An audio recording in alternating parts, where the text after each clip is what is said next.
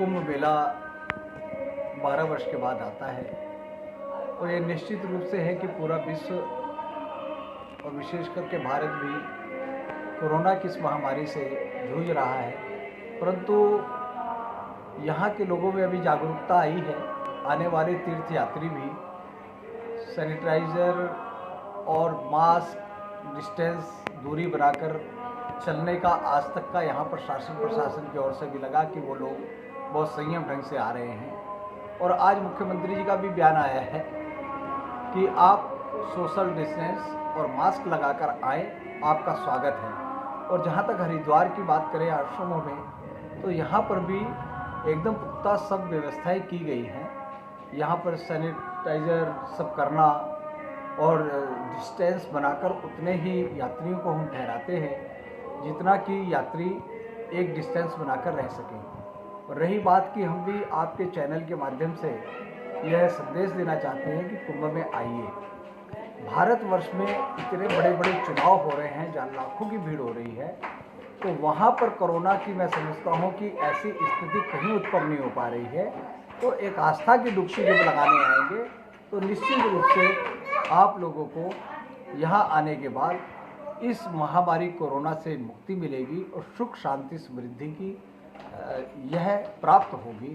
तो पूरे समस्त मैं भारतवासियों को कहूँगा कि इस आस्था की डुबकी में आएँ और अपना जीवन का कल्याण करें। गुरु जी, देखी जा रही आरटीपीसी की जो जहाँ पर आरटीपीसी करने के लिए गवर्नमेंट की तरफ से आ रहे हैं लोग और रैंडम करके जा रहे हैं, या जो भी व्यवस्था गवर्नमेंट की है, अभी तक भगवान की कृपा से यहाँ पर कोई भी किसी प्रकार का ना केस आया है और ना भविष्य में आएगा। ऐसी भगवान से, माँ गंगा जी से हम प्रार्थना करते हैं। गुरु जी, आपके द्वारा भी या फिर प्रबंधक के द्वारा भी देखी जा रही है रिपोर्ट, जो उसके बाद ही फिर निश्चित रूप से जब आ रहे हैं तो हमारे यहाँ जो भी मानकताएं हैं उनका पूर्ण पालन किया जा रहा है। और कोविड रिपोर्ट की नेगेटिव रिपोर्ट लोग लेकर आ रहे हैं और शासन से भी हम ये मांग करेंगे कि आने वाले श्रद्धालुओं के लिए जो भी गवर्नमेंट सुविधा कर सके, परंतु आए हुए यात्रियों को बॉर्डर से ना लौटाए, यह बहुत एक बड़ा अन्याय होगा। और आप जो भी सुविधाएं करें, जितनी भी करें, ठीक है, आप मानव मात्र के जीवन की रक्षा के लिए कर रहे हैं, परंतु एक आस्था की डुबकी के लिए शासन को अपनी ओर से पूर्ण व्यवस्थाएं करनी चाहिए और आस्था की डुबकी लगवानी। चाय कॉफी कुछ लेंगे?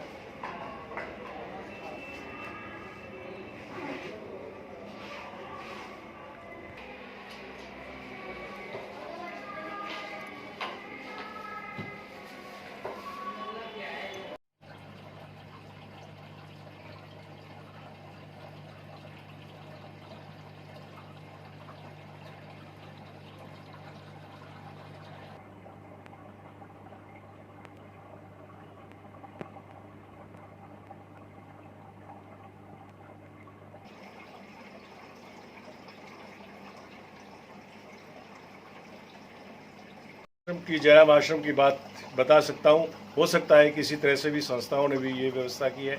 हमारे यहाँ जो भी आता है सबका कोविड टेस्ट का सर्टिफिकेट देखते हैं। सैनिटाइज की पूरी व्यवस्था है। दिन में 2 बार आश्रम को सैनिटाइज कराते हैं। हर आश्रम के ऑफिस के बाहर, कमरों के बाहर सैनिटाइज रखे हुए हैं और लोगों को ये हिदायत है कि आश्रम में जितनी भी देर आप रुकेंगे, मास्क का और हाथ धोने का पूरी 24 घंटे उसका पालन करेंगे। अगर कोई नहीं करता है तब उससे आग्रह करके मास्क और सैनिटाइज की व्यवस्था के लिए कहते हैं और ये कराते भी हैं। और इसी तरह सारी धार्मिक संस्थाएं भी अपने हिसाब से कर रही होंगी। ऐसा नहीं है, आज पूरे सभी लोग इसकी जानकार हैं, स्वतः इसकी जानकारी लेते हैं, स्वतः इसका पालन करते हैं। सरकार कितना भी कुछ करे, लेकिन आज जनता जागरूक हो चुकी है। वो खुद ही अपने जान माल की सुरक्षा खुद ही करना जानती है और कर भी रहे हैं। हरिद्वार में धीरे धीरे कुंभ की संख्या लोगों के आने की बढ़ती जा रही है और संभावना ये है कि कुंभ थोड़ा अच्छा भरेगा। इसके ऊपर सबसे बड़ी जो मार है वो कोरोना की है। कोरोना 1 साल बाद दोबारा एक नए रूप में उभर करके आया है और इससे लोगों के अंदर चिंता भी बड़ी है। हमें सबसे बड़ी समस्या इस बात को लेकर के है कि हरिद्वार में लाखों करोड़ों लोगों के आने की संभावना है और साथ ही साथ कोरोना का भी असर देखने को मिल रहा है।